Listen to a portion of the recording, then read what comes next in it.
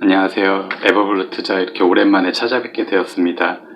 오늘은 이제 투자에 어려움을 겪으시는 분들이 많아서 특히 이제 기초를 전혀 모르겠다 하시는 분들도 있고, 그리고 요즘 주식시장이 그렇게 좋지 않다 보니까 이익을 잘 내시다가 좀 요즘 많이 어렵다 이렇게 하시는 분들이 많이 늘어났습니다. 그래서 가장 기본적인 내용을 조금 소개해 드리려고 이렇게 찾아뵙게 되었는데요.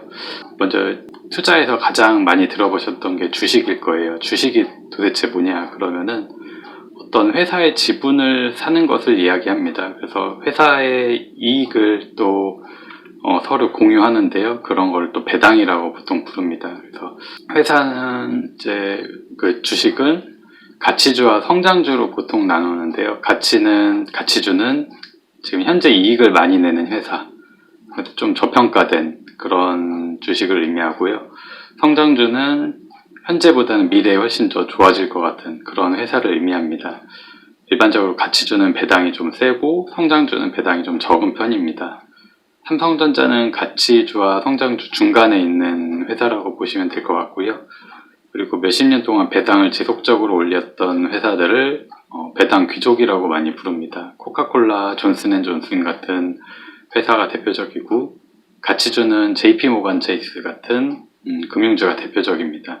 성장주는 구글, 아마존, 테슬라 같은 회사를 의미합니다. 많이 궁금해하시는 채권은 도대체 무엇이냐? 그것은 국가나 회사에 돈을 빌려주고 이자를 받는 것을 채권이라고 합니다. 채권도 사고 팔 수는 있는데 금리 변화에 따라 채권 가격, 가치가 이렇게 올라가냐 떨어지냐 할 수도 있습니다. 어찌됐든 이제 그 채권을 끝까지 갖고 있다고 하면은 국가가 망하거나 회사가 망하지 않는 이상은 그 이자는 고정적으로 받게 되어 있습니다. 탄탄하고 좋은 회사는 회사채라고, 그런 회사에 돈을 빌려주는 건 회사채, 그리고 신용등급이 조금 떨어지는 회사의 채권은 하이힐드 채권이다, 이렇게 보통 얘기할 수 있겠습니다.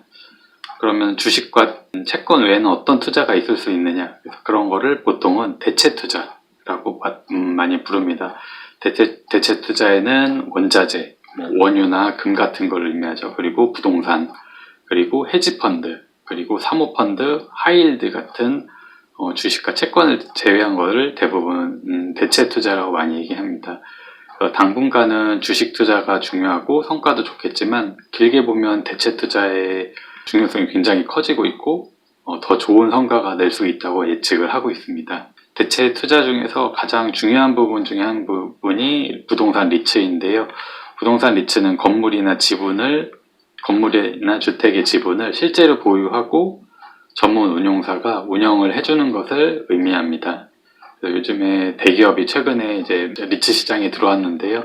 선진국은 이미 활성화가 많이 되어 있지만 우리나라는 이제 대기업이 진출을 할 편입니다. 다만 부동산 리츠가 좋긴 한데 반드시 국토부에 정식 인가된 그런 리츠에만 투자하는 것이 좋겠다, 이렇게 생각하시면 좋겠습니다. 부동산 리츠는 실제 주택이나 건물의 지분을 보유하면서 임대료를 받고 또 시세 차익도 또 추가로 받는다, 이렇게 할 수 있겠습니다. 그래서 직접 리츠에 투자할 수도 있고 펀드로 재간접적으로 부동산 리츠에 투자할 수 있고 이렇게 이제 투자 방법은 여러 가지가 있습니다. 미국인들의 한 40%에서 50% 정도까지가 부동산 리츠를 보유하고 있을 만큼 굉장히 좀 선진국에서는 보편화된 투자 방법이다, 이렇게 보시면 될 것 같습니다. 펀드라는 걸 또 이제 한번 말씀드리겠는데요. 펀드는 이제 아까 말씀드린 주식, 채권, 대체 투자, 이런 게 투자가 개별적으로 분석해서 하기가 굉장히 쉽지 않고 어렵습니다. 그래서 여러 사람의 돈을 모아서 전문가가 대신 투자를 해주는 거를 펀드라고 보통 얘기합니다. 펀드는 이제 몇 사람만 비밀리에 하는 펀드를 사모펀드라고 생각하시면 되고요. 공모펀드는 증권사나 은행에서 쉽게 누구나 사고 팔 수 있는 그런 펀드를 보통 얘기합니다. 저는 이제 공모펀드가 훨씬 더 중요하고 좋다고 생각을 하는데요. 공모펀드는 그냥 일반 펀드와 ETF로 나눕니다. 굳이 나눌 필요는 없지만 ETF라고 하면은 주식처럼 실시간으로 사고 팔 수 있는 거를 얘기하고요. 일반 펀드는 실시간으로는 사고 팔고가 안 됩니다. ETF는 운용 보수가 저렴하고 패시브 펀드라고 하는데요. 이따가 설명드릴게요. 그리고 일반 펀드는 액티브 펀드가 좀 많습니다. 그러면은 일반 펀드 중에서 액티브 펀드는 도대체 무엇이냐, 그렇게 되면은 세계적인 투자가들은 주식보다 펀드로 먼저 투자할 것을 강력하게 추천합니다. 그만큼 어떤 주식을 사야 되는지 판단하기가 어렵기 때문에, 그리고 저도 역시 개별 주식보다 펀드로 투자할 것을 많이 권장합니다. 워린 버핏은 아까 말씀드린 액티브 펀드, 좀 적극적으로 하는 펀드가 있고 패시브, 수동적으로 하는 펀드가 있는데, 워린 버핏은 패시브 펀드를 많이 추천하고 있습니다. 그리고 세계적인 자산운용사, 피델리티 같은 자산운용사들은 액티브 펀드를 주로 추천하는데, 뭐가 정답이다 할 수는 없고요. 언제는 패시브가 더 좋고 언제는 액티브가 더 좋다. 그래서 저는 좀 섞어서 하고 있습니다. 패시브는 예를 들면 우리나라 상위 200개 기업 또는 미국 상위 500개 기업의 규모대로 나눠 투자하는 인덱스 펀드가 대표적이고요. 액티브 펀드는 펀드 매니저가 분석을 통해 종목을 자주 사고 팔고 한다, 이런 거를 액티브 펀드라고 할 수 있겠습니다. 펀드는 투자를 어디 하느냐에 따라서 주식형 펀드가 있고 채권형 펀드가 있고 또 파생형 펀드가 있고 대체 투자 펀드가 있습니다. 주식형 펀드는 그냥 주식에다가 주식을 사고 파는 그런 펀드고요. 채권형은 채권에, 그리고 파생형은 저번에 투자했던 인버스 같은 특수한 상품이죠. 그리고 대체 투자는 금이나 부동산 리츠, 그리고 이머징 국공채, 그리고 하이힐드 채권 등의 에버블러스 투자에서 하고 있는 그런 대체 투자도 펀드를 통해 살 수가 있습니다. 주식형 펀드는 어떤 나라에다가 투자를 할 수도 있고 여러 가지 테마를 가지고 투자하는 펀드 상품도 있습니다. 그리고 채권형 펀드는 뭐 만기에 따라서 장기 채권, 단기 채권 이렇게도 하고요. 그리고 어디에 빌려주냐에 따라서 국공채 또는 뭐 회사채, 이렇게 나라에 따라 미국 채권, 중국 채권 이렇게도 나누기도 합니다. 펀드를 적립식으로 사고 파는 거를 저는 이제 강력하게 추천을 하는데요. 그것마저도 좀 귀찮거나 아니면 좀 어떤 펀드를 사야 되는지도 좀 판단하기 어렵다 했을 때는 랩 어카운트라는 상품을 이용하는 것이 가장 좋습니다. 랩 어카운트는 개개인에 맞춰서 주식과 펀드를 알아서 사고 팔아주는 것을 의미하는데요. 이렇게 이제 전문가에게 이렇게 맡기는 것은 수수료는 있지만 아무것도 신경 쓰지 않아도 됩니다. 그래서 이제 뭐 주요 이제 자산관리 업체, 삼성증권 등에서 그런 랩 어카운트 상품들이 꽤 있는데요. 만약에 펀드에만 투자하는 랩 어카운트라면은 말씀드린 펀드를 굳이 내가 사고 팔지 않아도 잘 알아서 굴려줍니다. 다만 3년 정도 계속 묵혀놔야 되고 중간에 해지를 하면 안 되고, 중간에 해지하면 아마 위약 수수료가 있는 걸로 알고 있습니다. 선진국에서는 자산 관리를 대부분 이 랩 어카운트를 통해서 많이 하고 있고 굉장히 활성화되어 있는데, 우리나라는 아직 좀 활성화가 안 돼 있어서 이렇게 한번 소개를 해드렸습니다. 랩 어카운트를 조금 더 절약을 해서 세금을 절약해서 하고 싶다면은 ISA 계좌를 만들면 됩니다.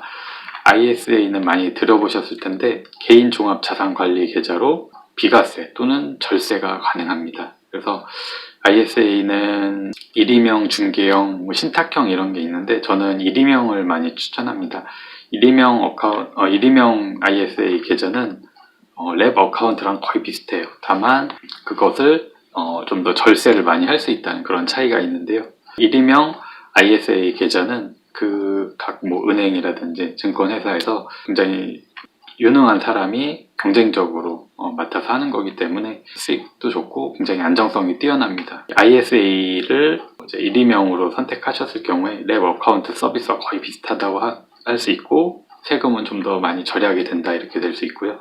ISA 장점은 나중에 그거를 일시금으로 다 받지 않고 연금으로 이렇게 조금씩 쪼개서 받을 수도 있습니다. 근데 이제 이것도 3년 이상은 적어도 투자를 해야 되고요.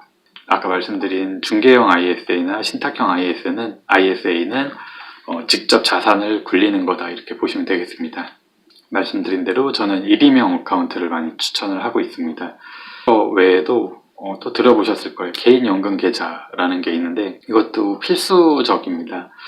다만 이거는 은퇴를 대비해서 하는 것이기 때문에 굉장히 오랫동안 투자를 해야 돼요. 그래서 5년 이상 투자를 꼭 해야 되고 또 55세 이상부터 찾을 수 있기 때문에 정말 여윳돈에만 투자를 해야 되고, 그 이전에 찾게 되면은 세금을 조금 낸다, 이렇게 보시면 되겠습니다. 많이 내는 건 아니지만요. 그래서 가장 이상적인 거는 개인연금 계좌를 통해서 세금 없이 계속 투자금을 불리고 나중에 세금을 조금만 내고 연금식으로 오랫동안 이렇게 받으면 된다 이렇게 할 수 있고 1년에 1,800만 원만 투자를 할 수가 있습니다.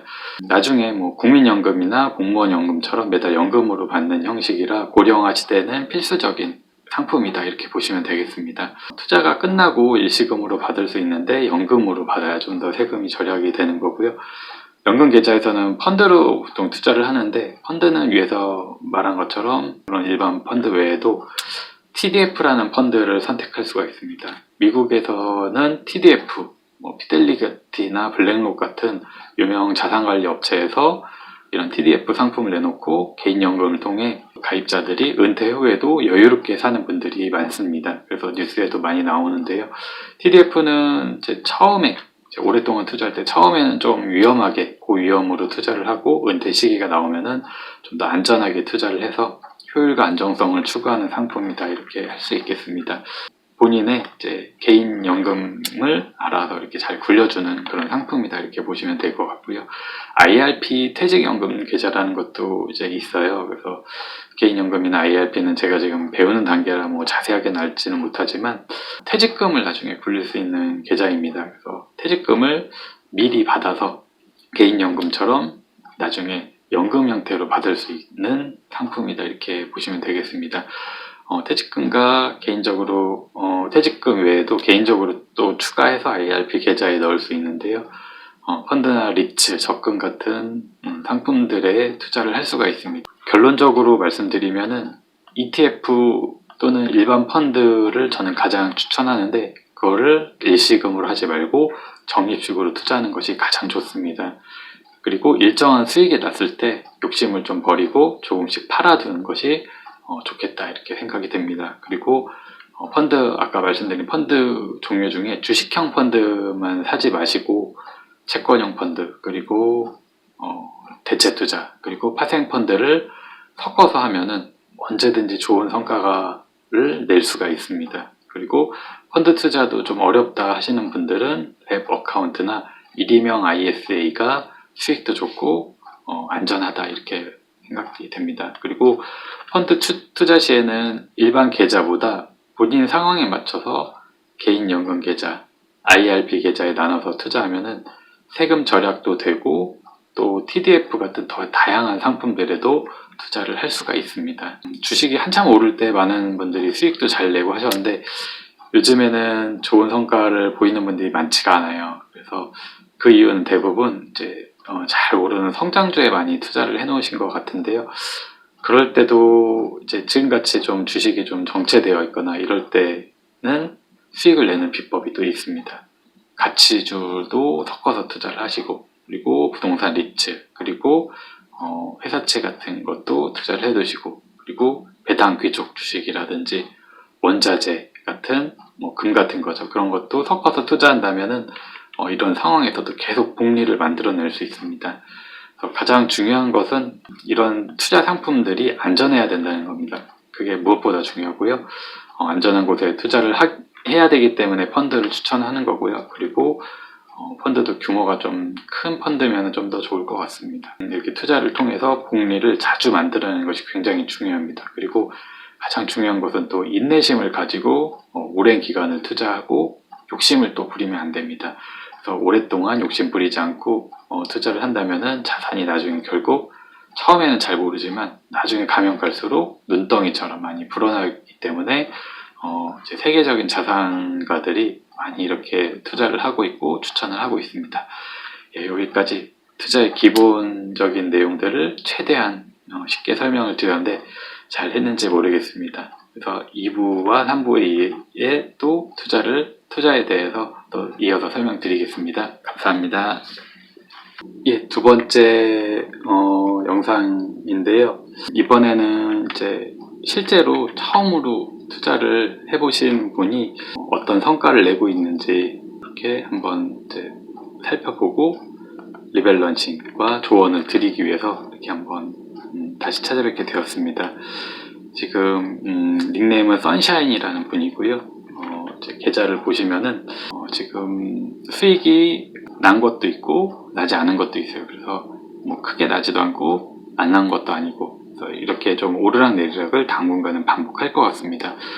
처음에 투자를 하실 때 가장 이제 힘들어하는 부분이 빠르게 수익을 안 나서 그런데, 계속 꾸준히 투자하다 보면 결국 수익을 내게 돼 있습니다. 그래서 이분은 대부분 이제 펀드로 이렇게 되어 있고, 그리고 부동산 리츠를 한 주를 가지고 있습니다. 스태그라는 이제 리츠를 가지고 계신데, 이 스태그 리츠는 계속 배당금을 주기 때문에 뭔가 수익이 계속 들어오는 형태입니다. 그리고 여기 보시면은 이제 펀드가 올라가 있는 것도 있고 이렇게 떨어져 있는 것도 있고, 그리고 월마다 돈을 지급하는 펀드도 있습니다.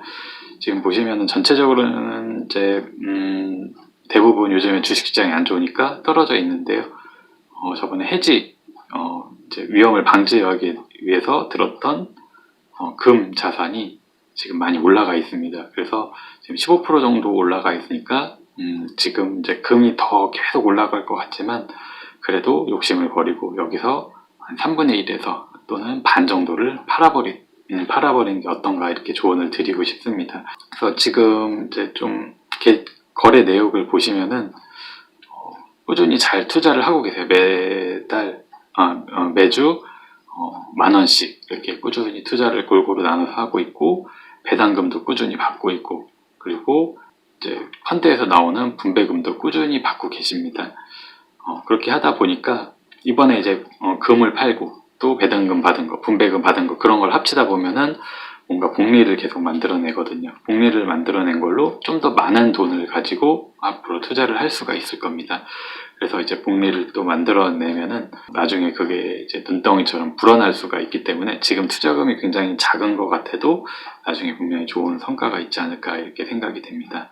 그래서 복리를 만들어낸, 지금 분배금을 만들어낸 것들을 보여주고 있는데, 이것을 가지고 또 다른 모든 투자에 좀 떨어져 있는 거에 또 투자를 하게 되면은 싼 값으로 또 투자를 할 수 있는 그런 기회를 만들어줍니다.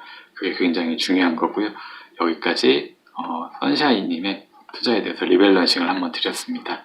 예, 감사합니다. 그럼 마지막으로 에버블루 투자에서 어떻게 성과를 보이고 있고, 또 이걸 또 어떻게 조정을 해야 되는지 한번 설명드리겠습니다. 지금 보시면은 저번에 비해서 수익이 많이 떨어졌어요. 저번에 거의 뭐 10%까지 갔었는데 지금은 그렇지 않습니다. 5%도 안 되네요. 그래서 보시면은 지금 주식시장이 갑자기 좀 안 좋다 보니까 이렇게 되는데, 오른 것도 분명히 많이 있지만 저번에 많이 올랐던 게 이상하게 또 많이 떨어진 것도 있습니다. 좀 주목해야 될 점은 저번에 새로 투자한 제이리츠라는 건데요. 아무래도 대체 투자 범위에 들어가는 거고, 그리고 올림픽 개최를 앞두고 있기 때문에 오를 것 같아서 좀 넣어봤습니다. 그리고 여러분께 대체 투자가 무엇이다를 알려드리기 위해서 이머징 공채와 제이리츠를 들었던 거고, 여기 거래 내역을 또 보시면은 매달 이렇게 약간의 돈이 또 계속 들어옵니다. 그래서 이 돈을 또 추가해서 더 많은 앞으로 투자를 할 수 있게, 이렇게 저번에도 많이 팔았잖아요. 그래서 지금 주식이 좀 싸졌을 때 더 많은 돈을 투자할 수 있는 그런 계기를 만들어 놨습니다. 그리고 지금 주식시장이 조금 주춤하고 안 좋다 보니까, 이럴 때는 저번에 일부러 좀 묵혀놨던 그 5만원 중에 일부를 또 꺼내서 더 많은 투자를 하도록 하겠습니다. 그래서 중국에다가 좀 더 중국이 좀 많이 안 좋으니까 조금 더 많이 비중을 높이고, 나머지 펀드들을 저번보다 좀 더 많이 사는 거죠.